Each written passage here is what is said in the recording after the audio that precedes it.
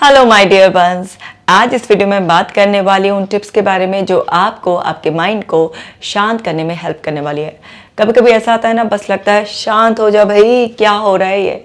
तो आप जानेंगे कैसे आसानी से आप अपने दिमाग को शांत रख सकते हैं। हम इस वीडियो को शुरू करेंगे, लेकिन उससे पहले आप ऐप को डाउनलोड कर लीजिए ताकि आप हर दिन मेडिटेशन कर कर अपने माइंड को शांत रहने की आदत डाल सकें।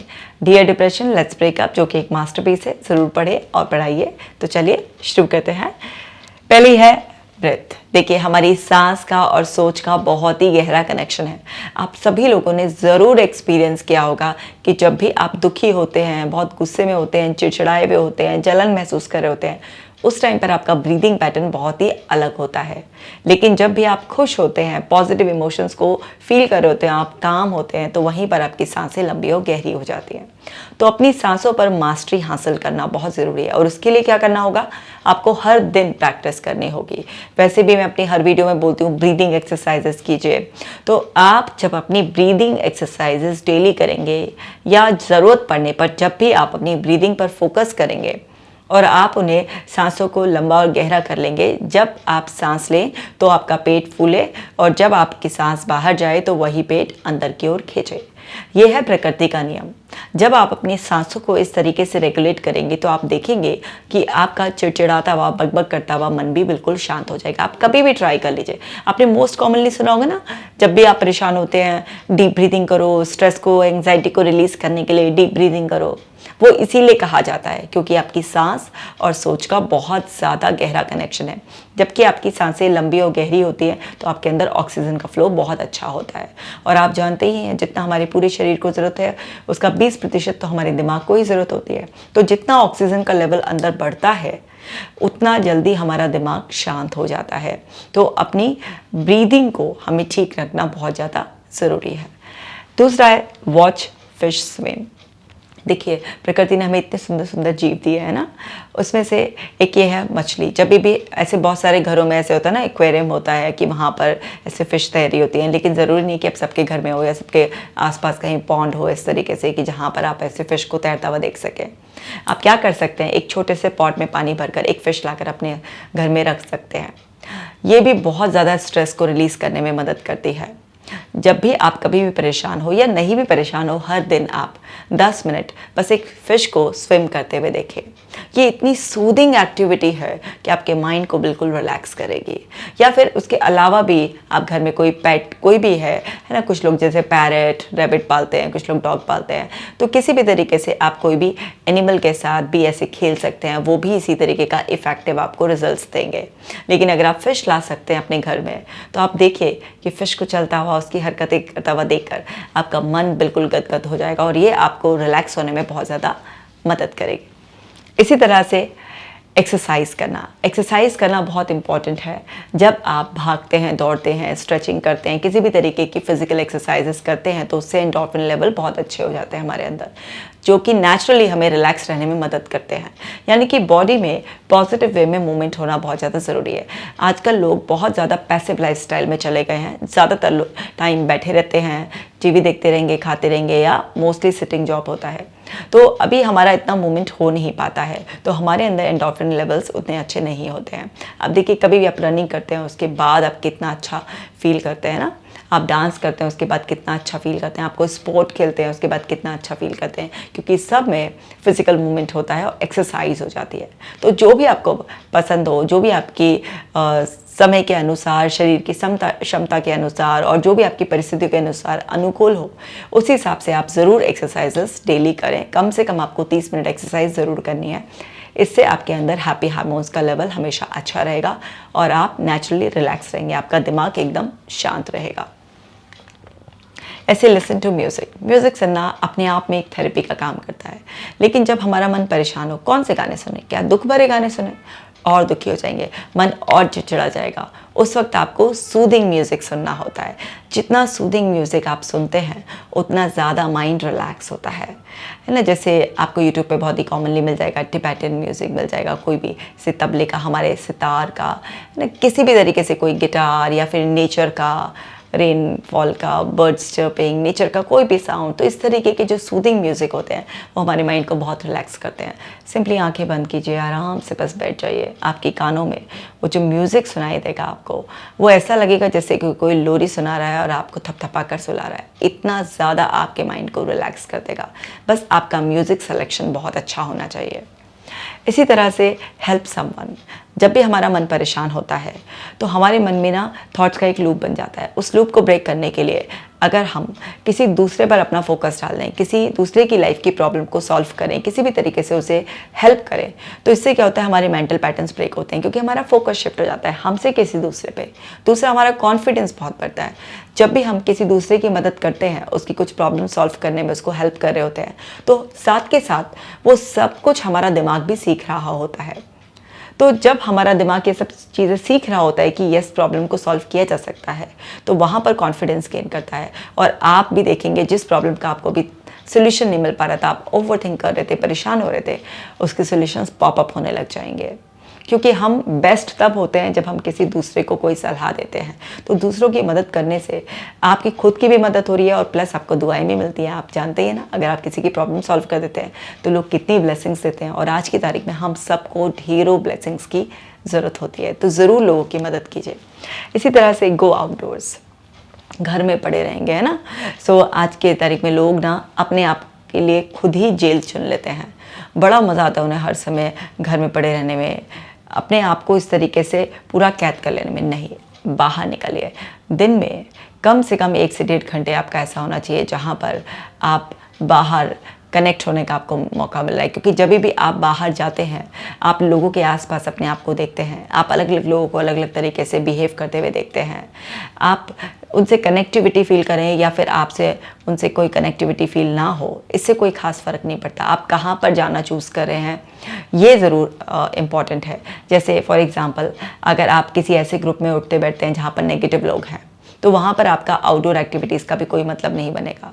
क्योंकि अगर वहाँ पर लोग गॉसिप करते हैं, जेलसी करते हैं, बहुत ही ज़्यादा अनहेल्दी कॉम्पिटिटिव स्पिरिट रखते हैं अपने अंदर, तो वो सब चीज़ें भी क्या है, आपको नेगेटिवली प्रोग्राम करेंगी। लेकिन अगर आप बाहर जाते हैं, किसी अच्छे ग्रुप में मिक्सअप होते हैं जहाँ पर लोग पॉजिटिव हैं, जहाँ पर एक हेल्दी कंपटीशन चल रहा है, जहाँ पर लोग दूसरों को आगे बढ़ाने में विश्वास करते हैं, ऐसे लोगों के साथ आपको स्पोर्ट खेलते हैं या बैठकर चिट चैट करते हैं, तो वहाँ पर आपका जाना सक्सेसफुल होगा, क्योंकि वहाँ पर आपका माइंड शांत हो जाएगा। तो जब भी आप आउटडोर एक्टिविटीज़ चूज़ करें, चाहे वो कोई स्पोर्ट एक्टिविटी हो या किसी पर्सन के साथ ऐसे ही किसी कैफ़े में जाकर कॉफ़ी भी कराना हो, या किसी रिलेटिव को आप विज़िट करने की सोच रहे हैं, किसी भी तरीके की कोई भी आउटडोर एक्टिविटी या कोई भी आप प्लेस चूज़ कर रहे हैं जहाँ पर आप कुछ ऐसे जाकर हॉलीडे मना सकें, अपने आप को कुछ ब्रेक दे सकें, तो वो सब कुछ आपको बहुत सोच समझ कर चूज़ करना चाहिए। क्योंकि हर बार हमारे लिए पॉसिबल नहीं होता कि हम अपने लिए कोई भी वेकेशन प्लान कर सकें, लेकिन हर दिन हम 1-1.5 घंटा अपने लिए कुछ भी आउटडोर एक्टिविटीज़ प्लान कर सकते हैं। तो कोशिश करें कि जहाँ पर आपका फिज़िकल इन्वॉल्वमेंट ज़्यादा हो, वो एक्टिविटीज़ चूज़ करें। या अगर आपको जाकर भी किसी के साथ बैठना है, कुछ शेयर करना है, तो मेंटल लेवल पर वो कनेक्टिविटी आपको अच्छे से फील हो पाए, तो ऐसे लोगों का आपको, ऐसे अच्छे ग्रुप्स का चुनाव करना है। क्योंकि आजकल लोग आउटडोर एक्टिविटीज़ के नाम पर कुछ इस तरीके के ग्रुप्स बना लेते हैं जहाँ पर जाकर रिलैक्सेशन कम और टेंशन ज़्यादा बढ़ जाती है। तो ये सारी एक्टिविटीज़ बहुत अच्छी हैं, लेकिन तब उनको वाइजली चूज़ किया जाए। इसी तरीके से प्रोग्रेसिव मसल्स रिलैक्सेशन, ये एक बहुत ही अच्छी रिलैक्सेशन टेक्निक है। इसमें आप आराम से कहीं पर भी लेट सकते हैं, फ्लोर पर, बेड पर लेट सकते हैं, और बिल्कुल अपने शरीर को ढीला छोड़ देना होता है। और बारी बारी से आपको अपनी बॉडी के हर पार्ट पर ध्यान लगाना होता है और इनहेल और एक्सहेल करना होता है। यानी कि आप लेटे हुए हैं तो टोस से स्टार्ट करते हुए फिर आप हेड तक आपको जाना है। एक एक बॉडी पार्ट पर ध्यान लगाना होता है, सांस लेनी होती है लंबी गहरी और फिर उसे छोड़ना होता है। और एक इंप्रेशन अंदर लेना होता है कि हर बार सांस छोड़ते ही आप रिलैक्स हो रहे हैं, आप रिलैक्सेशन के ओशन में डूबते जा रहे हैं। तो ये बहुत ही पॉपुलर रिलैक्सेशन टेक्निक है और बहुत ही ज़्यादा हेल्पफुल है। देखिए, अगर हमारी बॉडी पूरी तरह से रिलैक्स हो जाएगी तो उस टाइम पर माइंड जो भी एंग्जाइटी क्रिएट कर रहा होगा, बॉडी उसे होल्ड करने से मना कर देगी। यानी कि बॉडी एंड माइंड का कनेक्शन को आप कुछ टाइम के लिए ब्रेक कर देंगे, अलग हो जाएगा। माइंड अकेला उस एंग्जाइटी को नहीं रख पाएगा, क्योंकि एंग्जाइटी एक फीलिंग है और फीलिंग को बॉडी रखती है। लेकिन बॉडी को आपने इतना ज़्यादा रिलैक्स कर दिया है तो बॉडी क्या है, माइंड के अगेंस्ट जाकर खड़ी हो जाएगी। तो माइंड अगर कोई भी थॉट प्रोसेस से एंग्जाइटी प्रोड्यूस करने की कोशिश कर रहा है, लगातार सिग्नल दे रहा है आपकी तरफ, और बॉडी वहाँ पर रिसीव करने के लिए नहीं है, तो वो सब वेस्ट हो जाएंगे, वो पैटर्न्स टूट जाएंगे, बिखर जाएंगे। तो ये बहुत ही अच्छा तरीका है अपनी बॉडी को रिलैक्स करके माइंड को रिलैक्स करना, क्योंकि आप सब जानते हैं कि बॉडी एंड माइंड कितना क्लोजली कनेक्टेड है। बॉडी को रिलैक्स करने का मतलब है माइंड को इमीडिएटली रिलैक्स कर देना। इसी तरह से hang out with the dog, है ना, कितने प्यारे लगते हैं ना डॉग जब हमारे पास होते हैं ना। सो डॉग एक इंसान से भी ज़्यादा हमें प्यार करता है। वो एक ये बेज़ुबान ऐसा प्यारा सा जीव है प्रकृति का बनाया हुआ, जो हमें बहुत प्यार और दुलार करता है। अगर आपके घर में कोई डॉग है, बहुत अच्छी बात है, नहीं है तो अड़ोस पड़ोस में है, नहीं तो आप रोड डॉग्स की भी कोई सेवा कर सकते हैं, उसको भी जाकर सहला सकते हैं, कुछ देर उसके साथ भी खेल सकते हैं। डॉग में कुछ अलग ही खास बात प्रकृति ने बनाई है।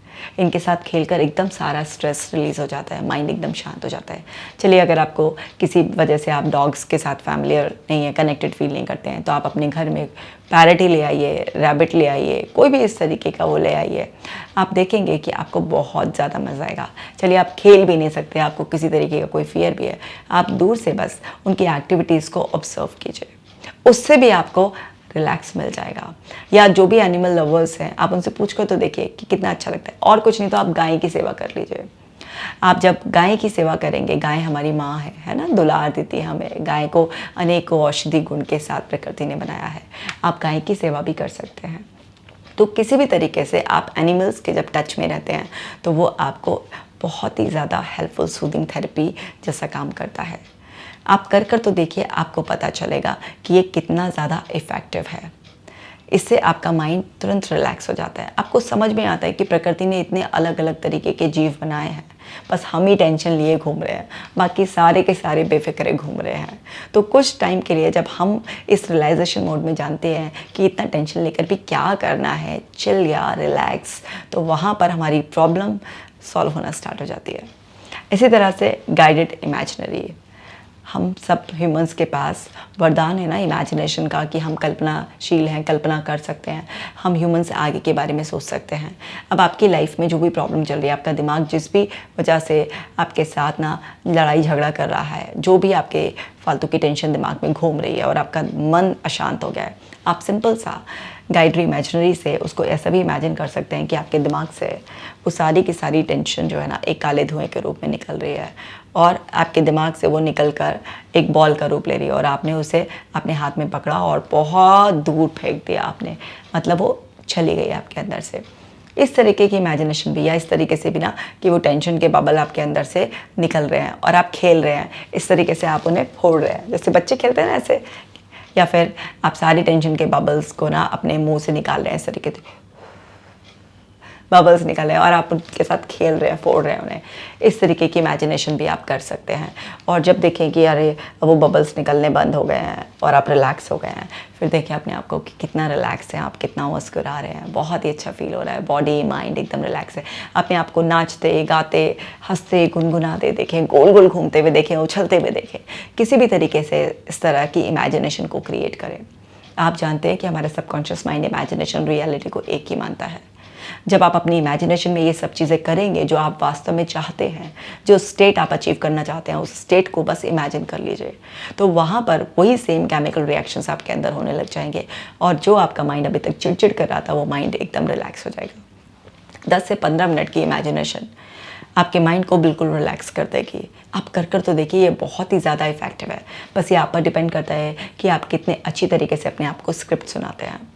जितना अच्छा स्पेसिफिक जो आप चाहते हैं वो बोलेंगे, उसकी इमेजिनेशन क्रिएट करेंगे, अपनी पांचों सेंसेस को इन्वॉल्व करेंगे। कुछ लोग ये समझते हैं इमेजिनेशन का मतलब सिर्फ और सिर्फ विजुअल्स क्रिएट करना। नहीं भाई, उसमें सब कुछ डालना है, उसमें आवाज़ भी डालनी है, उसमें एहसास भी डालना है, उसमें स्मेल भी डाल सकते हैं, उसमें कुछ भी डाल सकते हैं। पांचों सेंसेस को इन्वॉल्व कर लो, और जितना बढ़िया आपका मेंटल क्रिएशन होगा उतनी बढ़िया आपकी रियलिटी होगी। क्योंकि हर चीज़ पहले दिमाग में बनती है, फिर रियलिटी में बनती है। जो चीज़ आपके दिमाग में नहीं बन सकती है वो चीज़ रियलिटी में भी नहीं बनेगी। तो आपको ये चीज़ समझना बहुत ज़्यादा ज़रूरी है कि यहाँ पर आप क्या स्क्रिप्ट अपने आप को सुनाते हैं, वो बहुत इंपॉर्टेंट है।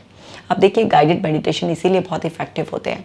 उसमें जो मेंटर है जिसने वो रिकॉर्ड किया है उसने कुछ स्पेसिफिक आपको कमांड्स दी होती हैं जिसके बेसिस पर आपको इमेजिनेशन होनी स्टार्ट हो जाती है, आपकी सेंसेस इन्वॉल्व होनी स्टार्ट हो जाती है।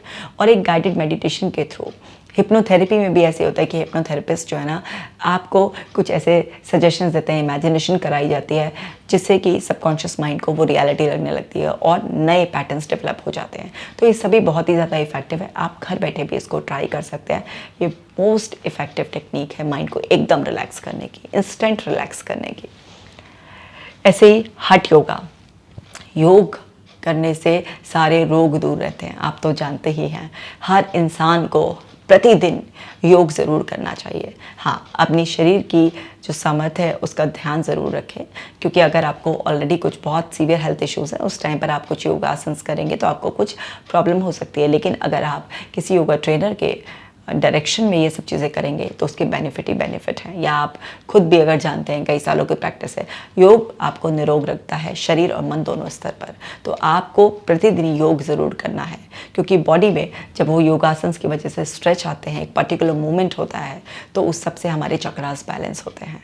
और जब हमारे चक्रास बैलेंस होते हैं तो हमारी बॉडी एंड माइंड आपस परफेक्ट कोऑर्डिनेशन में काम करती है। वहाँ पर चिड़चिड़ाहट, परेशानी कुछ नहीं होती। मुश्किल से मुश्किल परिस्थितियों में भी ऐसा लगता है हो जाएगा, सब संभल जाएगा, हो जाएगा, या जो हुआ है चलो अच्छे के लिए होगा, मिट्टी डालो। ऐसे अपने आप ही आता है अंदर से। कहते हैं ना नेचुरल, कि मैडम एक तो सोचना पड़ा है और एक अपने आप से आया। अपने आप से कैसे है? अपने आप से तब आता है जब आपके सारे चक्रास बैलेंस रहते हैं, जब आपके अंदर की शरीर की ऊर्जा आपके फेवर में काम कर रही होती है, तो तब ये अपने आप ही सब अंदर से होता है। क्योंकि शरीर और मन इतने क्लोज हैं कि वो एक दूसरे के साथ तालमेल और सहमति बनाकर काम करना पसंद करते हैं। तो यहाँ पर अपने मन को शांत करने के लिए आपको योग करना है प्रतिदिन। इसी तरह से गेट क्रिएटिव, है ना, आपको कुछ ना कुछ क्रिएटिविटी करनी है। भाई सबके अंदर कोई ना कोई हुनर होता है, कोई गा सकता है, कोई नाच सकता है, कोई पेंटिंग कर सकता है, कोई कुछ और क्रिएटिविटी दिखा सकता है। कुछ भी हो सकती है आपकी क्रिएटिविटी, है ना। आप एक पेपर पर कुछ अलग तरीके से, कर्सिव तरीके से कुछ लिख सकते हैं। कोई आपके दिमाग पे शेर व शायरी, पोयम है, कुछ चित्र बनाने का मन कर रहा है, कुछ अच्छी सी शेप बनाकर उसको कट करने का मन कर रहा है। आप अपनी कोई ड्रेस है पुरानी, उसमें कोई क्रिएटिविटी दिखाकर कुछ चेंजेस करना चाहते हैं। आप किसी भी तरीके से कोई भी क्रिएटिविटी कर सकते हैं। अपने रूम के सामान को रीअरेंज कर सकते हैं। किसी भी तरीके से कोई भी क्रिएटिविटी आप करें। जब भी आप कुछ भी क्रिएटिव तरीके से, यानी कि कुछ बदले हुए तरीके से करते हैं, तो वहाँ पर आपके मेंटल पैटर्न्स चेंज हो जाते हैं। आपने कभी ट्राई किया होगा, जिस हाथ में आप घड़ी पहनते हैं, अगर आप उससे दूसरे हाथ में भी घड़ी पहने तो आपका माइंड कुछ टाइम के लिए कंफ्यूज होता है। आपका नज़र बार बार वहीं पर जाती है जहाँ पर आप पहले से घड़ी पहनते हुए आए हैं। और कुछ दिनों की प्रैक्टिस के बाद फिर आपकी ऑटोमेटिक दूसरे हाथ पर नज़र जानी शुरू होती है। ये क्या है कि आप कुछ पैटर्न फ्लेक्सिबल करने की कोशिश कर रहे हैं, मतलब रिजिडिटी ब्रेक करने की कोशिश कर रहे हैं। और कुछ ही टाइम के एफर्ट्स के बाद आप देखते हैं आपकी रिजिडिटी ब्रेक हो गई। जहाँ पहले ऑटोमेटिक नज़र जाती थी, अब उसके बजाय दूसरे हाथ पर जाती है।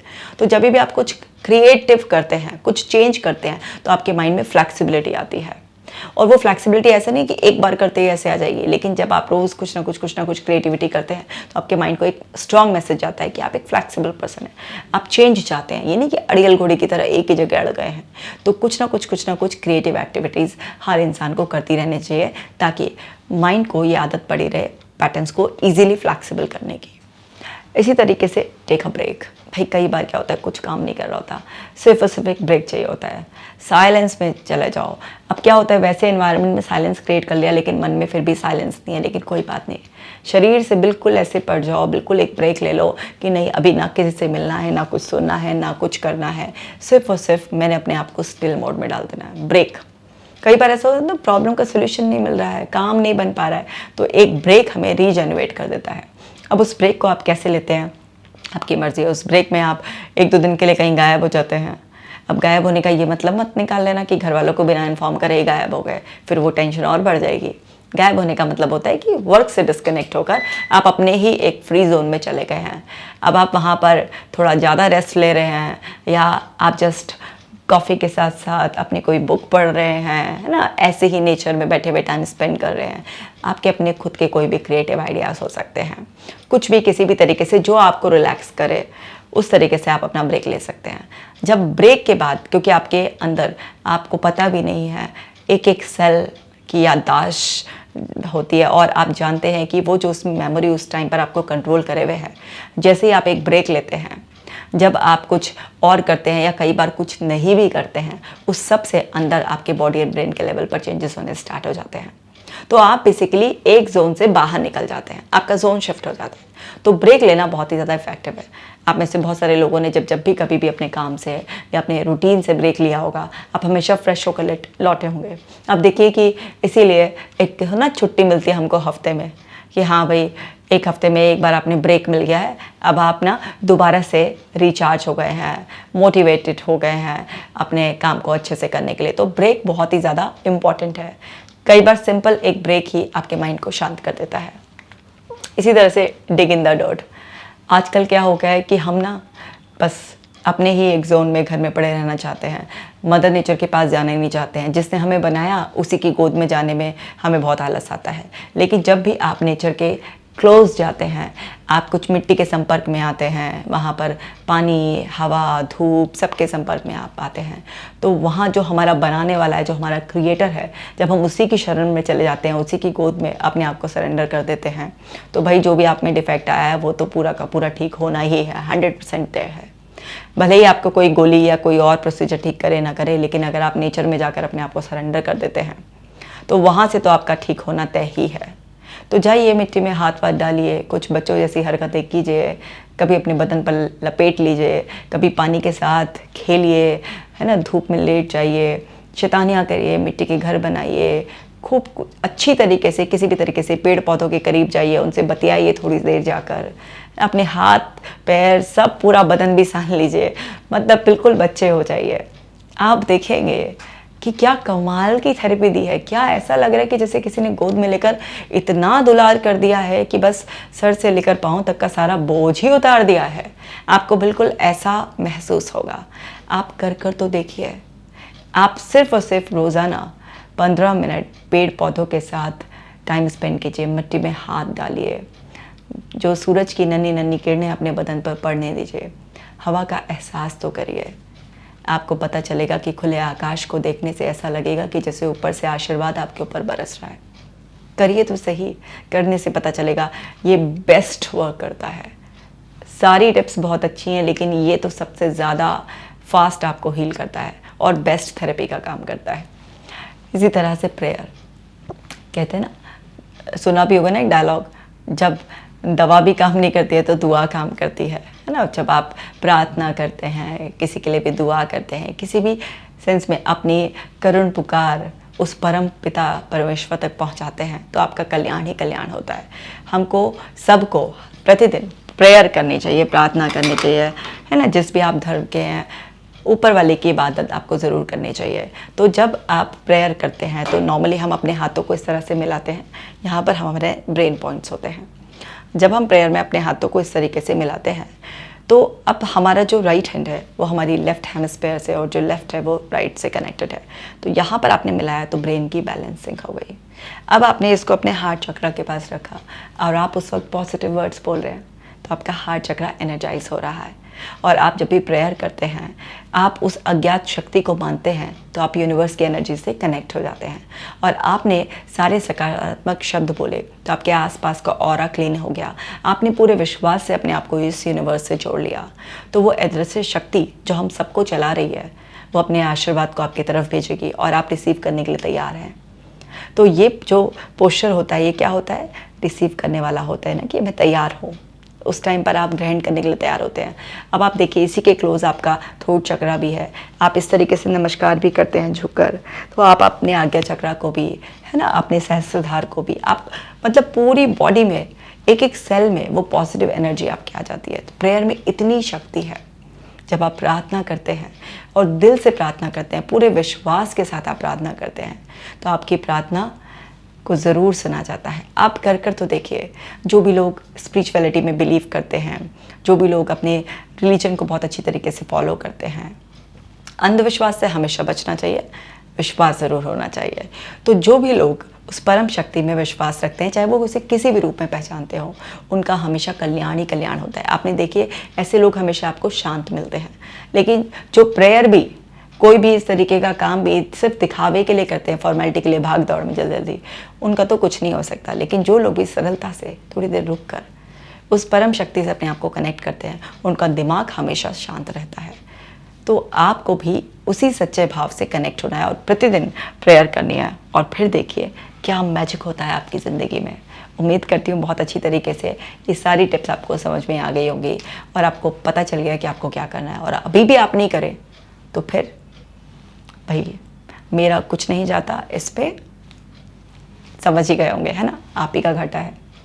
तो फिर आपको समझना है कि ये आपकी जिम्मेदारी है, क्योंकि ज़िंदगी किसकी है? आपकी है। तो ज़िंदगी आपकी, तो जिम्मेदारी भी किसकी? आपकी है। मैंने अपने हिस्से की जिम्मेदारी यहाँ तक निभा दी है, अब आपको भी जिम्मेदारी लेनी है, खुद भी फॉलो करना है और बाकी लोगों तक भी इसको पहुँचाइए। क्योंकि आज की तारीख में लोगों के मन में बहुत ज़्यादा अशांति रहती है, क्योंकि भाग दौड़ भरी ज़िंदगी है और कोई रुकना चाहता नहीं है, क्योंकि सबको एक डर है पीछे रहना जाए। तो इसलिए stress, tension, anxiety new normal जैसी चीज़ें लगती हैं, लेकिन एक्चुअल में ये नॉर्मल नहीं है। इन सब से हमें पीछा छुड़ाना है। आप और हम मिलकर कोशिश कर रहे हैं ताकि घर बैठे ही लोग ठीक हो जाएं और सब लोग खुशहाली से अपनी ज़िंदगी जी पाएँ। आप अपना बहुत ही खास ख्याल रखिएगा, मुस्कुराते रहिएगा। मैं मिलूंगी आपसे नेक्स्ट वीडियो में।